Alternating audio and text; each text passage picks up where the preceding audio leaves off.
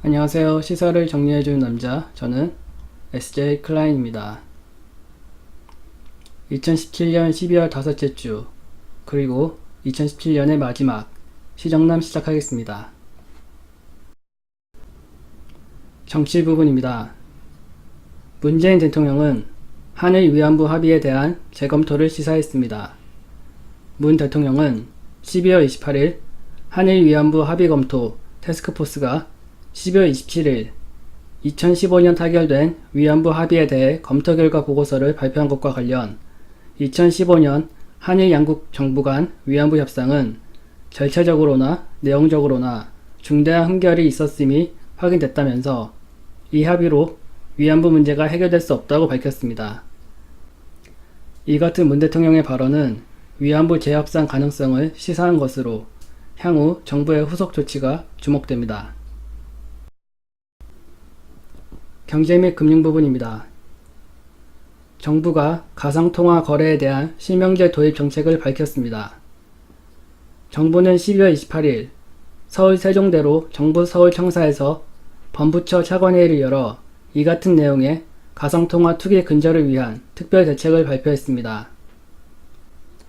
앞으로 본인 확인이 곤란한 현행 방식의 가상 계좌 활용을 금지하고 본인 이미 확인된 거래자의 은행 계좌와 가상통화 거래소의 동일은행 계좌 간만에 입출금을 허용하는 실명 확인 입출금 계정 서비스로 전환하기로 했습니다. 금융권이 가상통화 거래소에 가상 계좌를 신규 발급하는 것은 즉시 전면 중단되며 기존 가상통화 거래소가 신규 회원의 가상 계좌를 제공하는 것도 중단됩니다. 사회문화 부분입니다. 충북 제천시의 한 스포츠센터에서 큰 불이 나 많은 사상자가 발생하는 참사가 발생하였습니다. 12월 21일 오후 3시 53분께 충북 제천의 한 스포츠센터 건물에서 불이 나 29명이 사망하고 수십여 명이 부상을 당했습니다. 소방청에 따르면 스포츠센터 건물 1층 주차장 차량에서 화재가 발생한 것으로 보고 있습니다. 사망자들은 주로 건물 2층에서 3층의 사우나에서 변을 당한 것으로 추정됩니다. 과학 및 IT 부분입니다. 애플이 구형화된 아이폰의 성능을 고의로 저하시킨 것으로 밝혀졌습니다.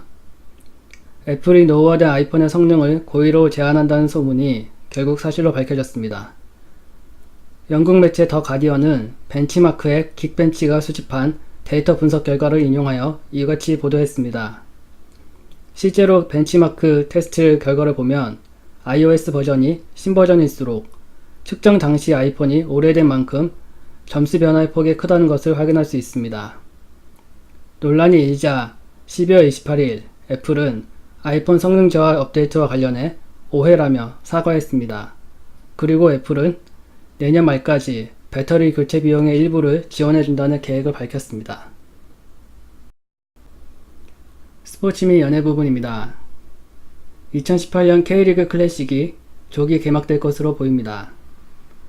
2018년 K리그 클래식은 3월 3일 또는 4일에 열리는 것이 이상적이지만 아시아 축구연맹 챔피언스리그 출전팀들을 배려하고 2018년 러시아 월드컵이 열리는 해이기 때문에 일찍 개막할 것으로 보입니다. 오늘은 여기까지입니다. 2017년 한 해 잘 마무리하시길 바라며 2018년 희망찬 새해에 다시 뵙겠습니다. 감사합니다.